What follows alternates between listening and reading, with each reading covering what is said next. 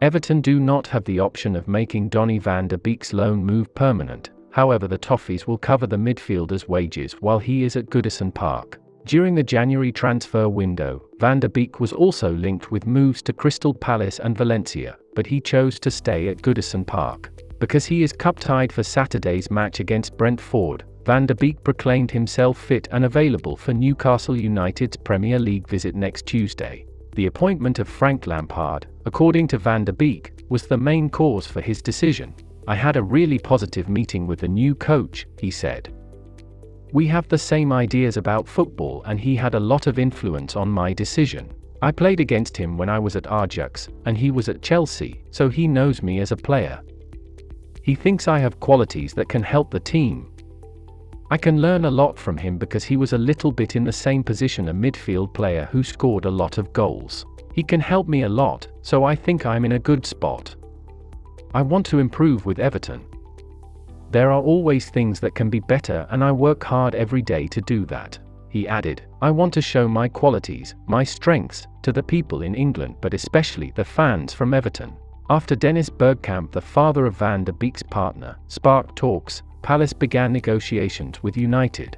Valencia were also in talks with United about the 24-year-old, but there were concerns about Valencia's ability to finance his wages. Since joining United for £39 million from Ajax in the summer of 2020, Van de Beek has battled to break into the first squad. Despite a goal-scoring debut for the club, he was mostly ignored by both current interim manager Ralf Rangnick and former manager Ole Gunnar Solskjaer. Van Beek is believed to have felt betrayed by Solskjaer after he promised him playing time. But Van de Beek, who was limited to just 380 minutes of action this season and did not start a Premier League match under Rangnick, struggled to make an impact. In 50 games for United, he has only 2 goals and 2 assists. After the season, when United has a new manager in place, Van de Beek's status will be re-evaluated.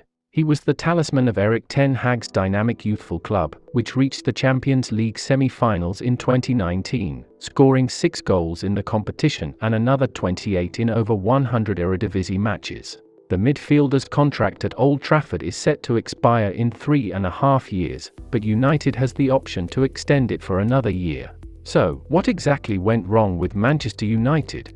The arrival of Donny van de Beek at Old Trafford created a lot of buzz.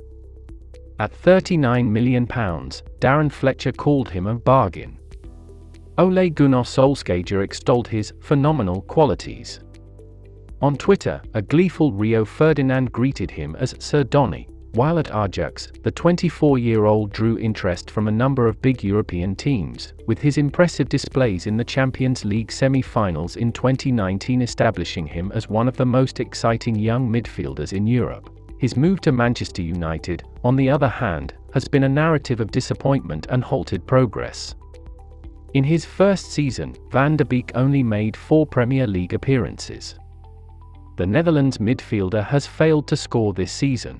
The presence of Bruno Fernandes has been Van de Beek's main stumbling block at Manchester United. Van Beek was at his best for Ajax in the number 10 position, scoring and creating goals at an alarming pace, but Fernandes had firmly established himself as United's most important player in the position by the time he arrived at Old Trafford in September 2020. After joining United from Sporting Lisbon 8 months earlier, the Portugal international had made an immediate impact, scoring 8 goals and contributing 7 assists in his first 14 Premier League outings to help United finish third. Since then he's kept going in the same direction. Since the start of last season, Fernandes has scored more goals, 25 in total, and provided more assists, 17 in the Premier League, than any other Manchester United player.